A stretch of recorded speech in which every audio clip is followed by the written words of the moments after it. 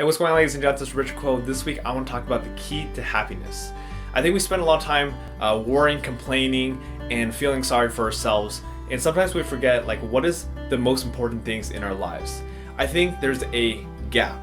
And the gap between us and our authentic happiness is this. I'm only using GAP because that's the acronym I'm going to use right now. GAP. These three things, I believe, contribute to us being authentically happy.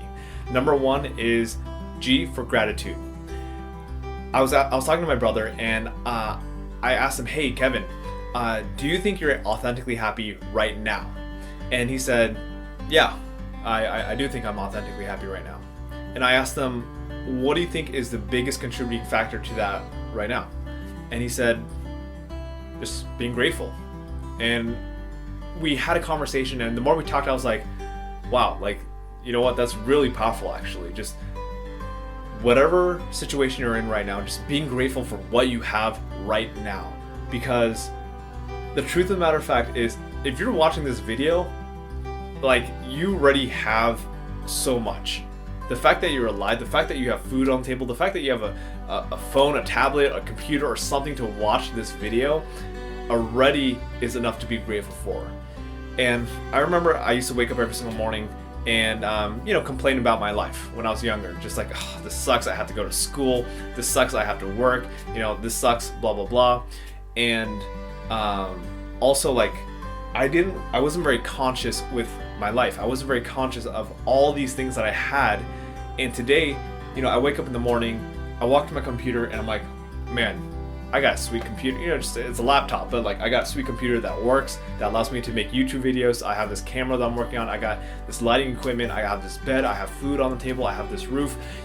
All these little things that are now consciously subconscious, if that makes sense. They're ingrained in me that when I wake up in the morning, I feel more grateful for them. Now, to be more grateful, quick tip. I thought this was really cheesy at first, but every single morning I used to do a daily journal of what I was grateful for, and just really simple.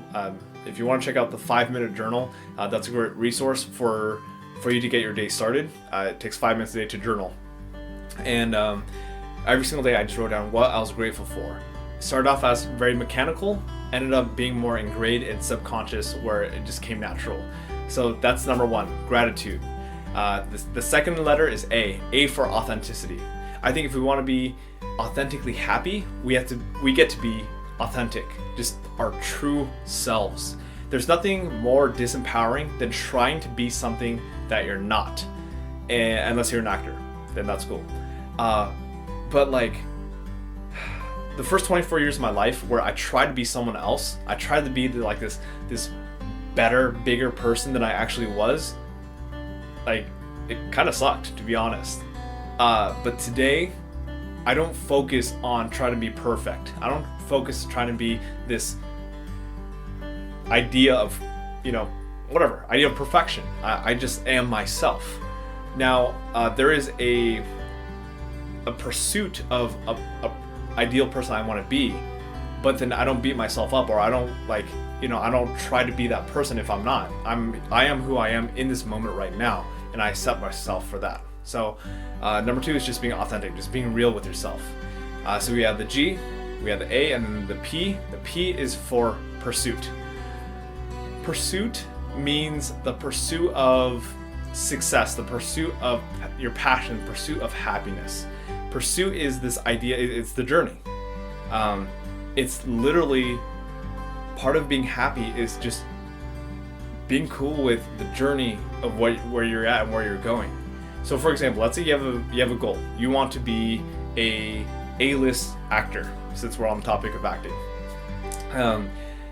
And you're in your mind, maybe you think, I'm not going to be happy until I become that A-list actor, until I get that huge role.